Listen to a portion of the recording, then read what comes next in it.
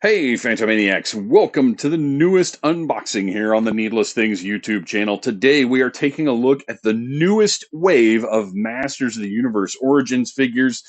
I had them pre-ordered from BigBadToyStore.com, but before mine arrived, I did see them start to show up in Target. So these are out there readily available for you.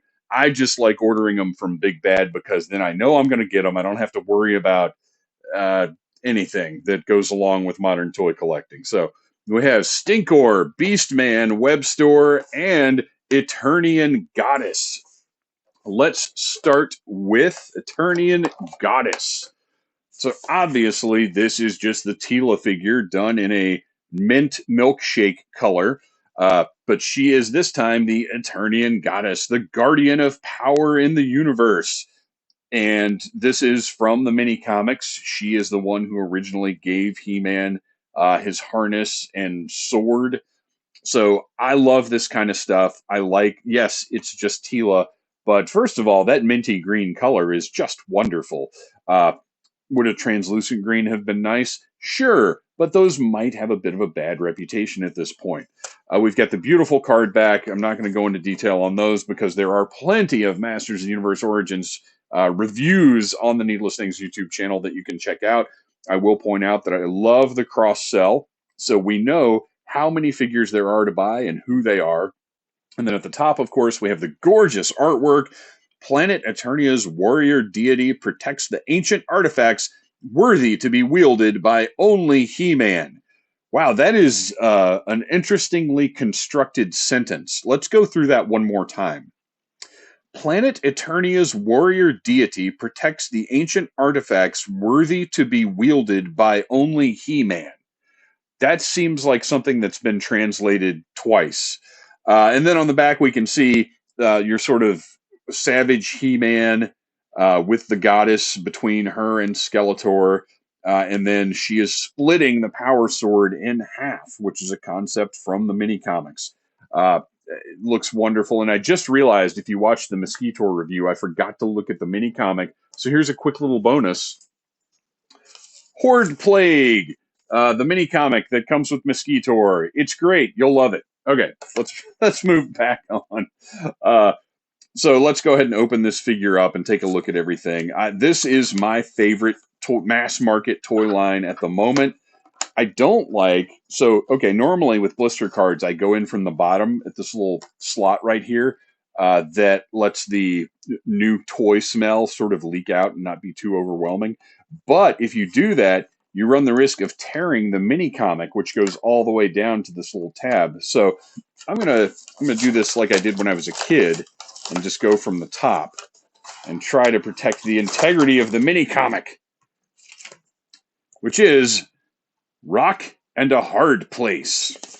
And then we also have the character specific diagram, which I love these little sheets of paper. I've saved all of these. I think they're great. Let's get the card out of the way and take a look at the goddess, who I keep wanting to call Tila. We're going to take our nippers here and just cut right through that rubber band.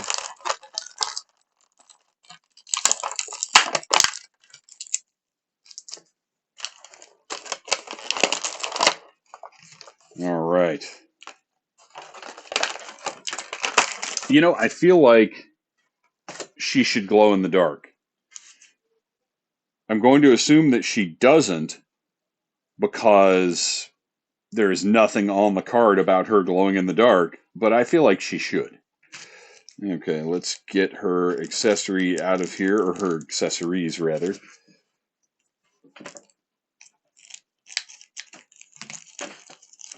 And she has the exact same accessories as Tila.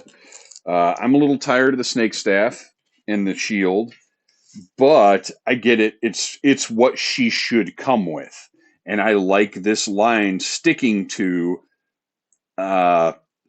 sort of what the idea is of the line, if that makes sense. Don't go too far afield and get too crazy. So she's got the snake headdress, which in this instance I'm going to leave on because that is what the goddess wears. It's a soft plastic, easily removable. You can see right there, just boom. And Great little face, nice painted detail. She's got the, I mean, it's Tila. She's got the tiara. Everything is pretty much the same. But I do like the softer plastic gives her a range of mobility that we've never seen in a Tila that has this headdress on. The green is just a wonderful shade of green, very unique on your action figure shelf. I don't have a lot of figures that are this combination of colors. And then her gear, we'll go ahead and just pop this off. That light blue and darker green looks really nice with the silver bracers. The silver boot fur, which is a little weird, and then the darker blue on the armbands. Just a really striking, great looking figure. And that's kind of why I don't mind repaints like this that are just straight repaints, because they tend to be very different, very almost garish and eye-catching, very toyetic, I guess is the word. So let's give her her snake staff, which is just a sculpted snake. No paint on that, nor should there be, because again, that's how this line rolls. It slides right into her hand. She's got her shield that is nicely sculpted, got a handle on the inside. So we'll just give her that shield, gear her up, and there you go. This is very clearly the goddess and not Tila. And I like it because this is an opportunity to use this headdress that I never put on my Tila figures. So I like, this is something different. Great looking figure. And you know what? We're going to take a second here to bring her into the dark and see if maybe she glows in the dark, because I really, really feel like she should. So hang on just a second. And she does not, in fact, glow in the dark. And it actually took me, I had to get to a completely pitch black spot to figure that out, because this minty green does pick up literally any light in the area in a really weird way. So the first time I went in a not completely dark spot, and it kind of looked like all of her limbs had a luminescence to them. But it was just the nature of this green picking up the light source from across the room. So I went in a pitch black closet, no glowing. Come on, Mattel, give us glow in the dark.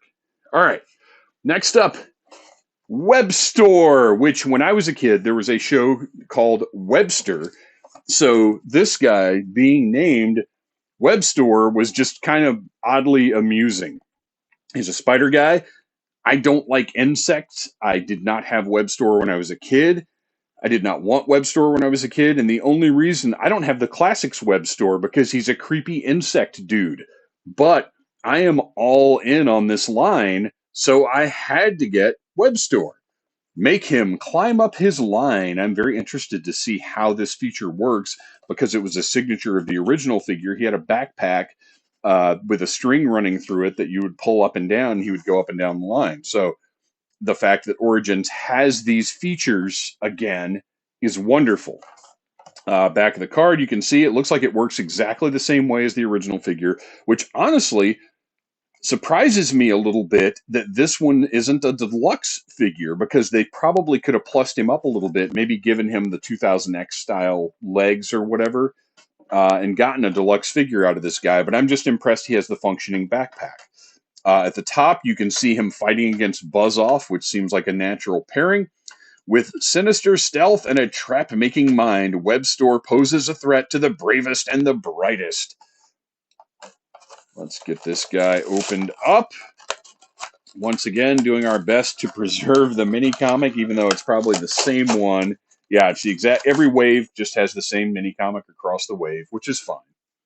Oh, and Webstore's unique descriptive paper, which, oh, this was the other thing that was pointed out in the comments, is that if you look at the battle armor ones, that because each one is distinct, because they do have different swappable parts, and the battle armor figures show that the arms are not swappable.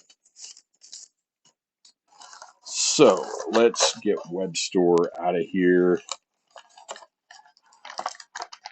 It's funny, throughout my life I've had different feelings about action figures having sort of gimmicks and action features that could potentially take away from them just being nice looking figures. But now I'm excited for a good action feature. I love that this line is giving us such a wide variety of play options. I don't know why, as a 45-year-old man, I'm finding it more fun now to be able to play with toys than to have them just, well, they do just sit on the shelf, but I guess the toy engineering is more fascinating to me now than it has been. I don't know. Something worth talking about, perhaps on a future episode of the Needless Things podcast, which you can find every Friday, wherever you get your podcasts. All right. So, yeah, this works exactly like the original. So, first of all, let's take a look at the figure. He's got that style of rifle, which we've seen before, which is fine. Again, that's what this line does. He can sort of hold it in his hand, and he could dual wield it if he had two C grips, but I'm okay because I think Creepy Spider Guy should have creepy hand, so that's fine. His coloring is beautiful. That dark blue with the purple chest plate, the trunks, the belt, like all of the coloring comes together on this guy to create a really striking figure. He's got his creepy multiple eyes going on up here, his fangs. Just a really horrifying character design. I love it and I hate it at the same time. Uh, Articulation, we know by now what the Origins articulation entails. So let's take a look at this great, big, giant, sturdy grappling hook. I love it. Uh, I do kind of wish there was storage. Oh, wait, there is. Wow. Okay, we'll take a look at that in a minute. So we take our grappling hook and we hook it onto something like, say, a camera, and we pull on this line, and he zips right up.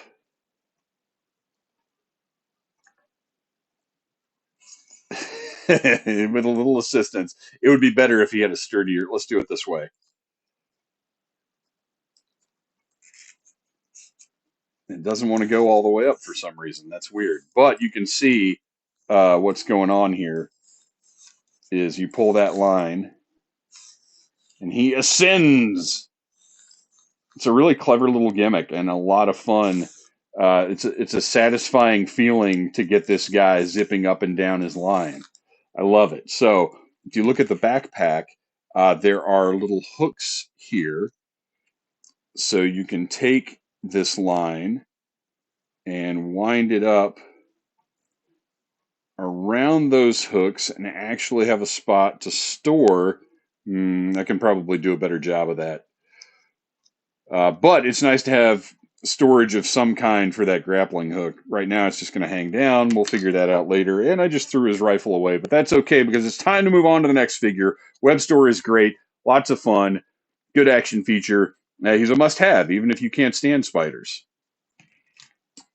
Next up, Beastman. Now you may be saying to yourself, much like my son said to me, why is Beastman red? Beastman is red because this is what he was originally going to look like in the line when it was still being thought of as Lords of Power. This is Beastman, the Savage Henchman. You can see he's quite a bit different from the standard Beastman figure. And again, I like it. It's going to look great on the shelf, and it's going to be something different and unique. In the back of the box, we have Beastman's primal rage is a feral force that only Eternia's mightiest can hope to contain. And we've got the Savage Beastman up against He-Man right there. Twist into powerful battle positions. So no gimmicks, no extra features on this guy. He's just a basic Beastman figure, but a little different from one that we've seen before. We've got the same mini comic. We have his unique instruction sheet. Great little diagram there. And then we've got Beastman and all of his gear.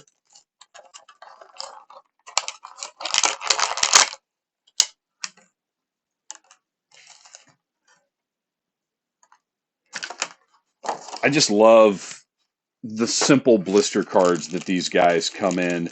There's something so satisfying about just grabbing the top of that blister card and just pulling it open.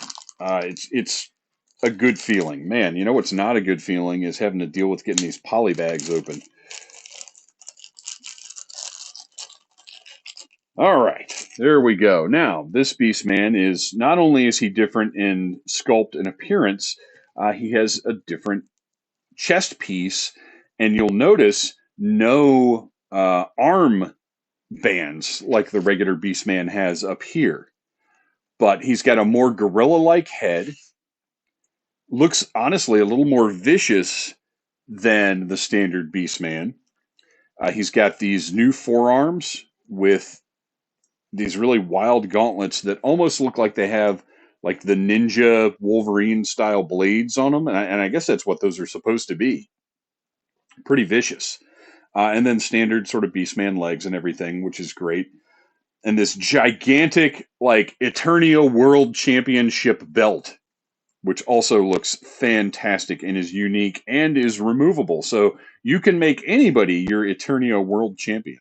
I do not recommend making Goldberg the Eternian World Champion because you're gonna lose viewer interest at that point. All right, let's get his harness on here. It's the classic system that's been around since 1982 of the little tabs that just hook right in there. Sorry, I'm still getting used to my new phone and the way that the video records. Sometimes I'm going to get off screen, and I apologize for that. All right, so there we're all hooked up in the back. I got to get that one last one. And there we go. There is your Lords of Power, sort of savage Beastman with what a great shoulder piece this is. And you'll notice that there's sort of a sheen, like a gloss to the spikes, and then the shoulder pads are a little more flat, giving him a really nice look. He's got this medallion in the middle here that's chains. Like, what a ornate, weird Beastman this is. I love it. I'm thrilled to have it. He's going to go on the oddities shelf, I guess. He's not going to go on Skeletor's shelf, obviously not the Heroes or the Evil Horde. He's just got to go on the weird stuff shelf that I've got going on now, and I'm thrilled to add more to each and every time. So there you go, Lords of Power Beastman, looking vicious and awesome. And now the main event, the grand finale, Stinkor, the evil master of odors. Product has real smell. It's fun. Well, we'll debate that. Let's you got a little opening right here, and let's find out if we can. Oh, that smell is coming out of that opening. So let's go ahead and get this guy. Well, okay. Look at this illustration. How fantastic is that? She does not look like she is having fun. I feel like this negates what the statement on the front of the box says. Product has real smell. It's fun. That is not the face of somebody having fun. That's the face of somebody smelling some patchouli. That's fantastic. Okay, so the sickening foul stench of Stinkor can bring even the mightiest of Eternia's heroes to their knees. And it gets Stinkor facing off against Mossman, who we have not yet seen announced for the line, and I cannot wait to see how they handle him. Now that we've gotten that flocked Panther that was executed so perfectly, I can't wait to see how they do Mossman and give him his piney, fresh scent. Perhaps I will buy two and hang one from the rearview mirror of my car. All right. I don't really need to worry about preserving the mini comic anymore, I don't guess. Stinkor has, of course, his unique insert. Oh, wow, that is strong. Oh, you guys, that scent just hit me. Woo! Holy cow. This, I think my nose just started running from this. What is this? I don't think this is patchouli. Oof. Good gosh. All right. I've forgotten what I'm even doing. Stinkor's power is diabolical. Oh, does he only have a shield? Oh gosh, what is that? Okay, yeah, so Stinkor, and I'm going to assume this is the same because I've got the classic Stinkor, who they, I guess, added a gun for him. So, good lord, what? Ew. I'm not sure what that smell is. I don't feel like it's the patchouli uh, of the original or the vintage or the classics, but it's something. I'm not sure what that is. All right. Anyway, so let's take a look at Stinkor. He has the armor that with the little rebreather thing up here because I guess he can't stand the smell of his own farts. Uh, and the head is that furry skunk head that was also used for Merman, but I can't stand as a Merman head, but it's great as a Stinkor head. I do wish his teeth were painted. I find it a little weird because that's one of the little extra touches that they do add on these things from time to time. Uh, so yeah, I wish his teeth were painted. But other than that, he looks great. He looks like Stinkor. He smells really weird. And then he comes with the shield that is just a nice blue color. Got the little handle on the inside, so it goes right on that sort of open hand there. And he is ready for action. I do kind of wish they'd included that blaster, but again, that's not what this line is about. This line is about recreating the vintage figures with more articulation. Uh, so if they don't want to add things, don't add things. I'm okay with that. Stinkor looks great, smells. What? I I can't place that, but it is just unpleasant. Uh, Gosh, I'm gonna have to go boil my hands after this. So there you go, Stinkor, Lords of Power, Beastman, Webstore, and the Goddess. A fantastic assortment of figures, lots of fun to be had here. If you see them, buy them. This toy line, I can't say enough good things about the Masters of the Universe Origins toy line. It really is my favorite mass market line right now. Go out and buy some of these figures. You'll have a blast. If you've got kids, get them. They're going to be great. Like they're toys to play with for the holidays, Christmas, Hanukkah, whatever. Get them some of these figures. They're so much fun, you guys. Thank you for watching. Please like, subscribe, share, and remember, if you don't like, subscribe, and share, you stink. Smash that like button if you like Needless Things.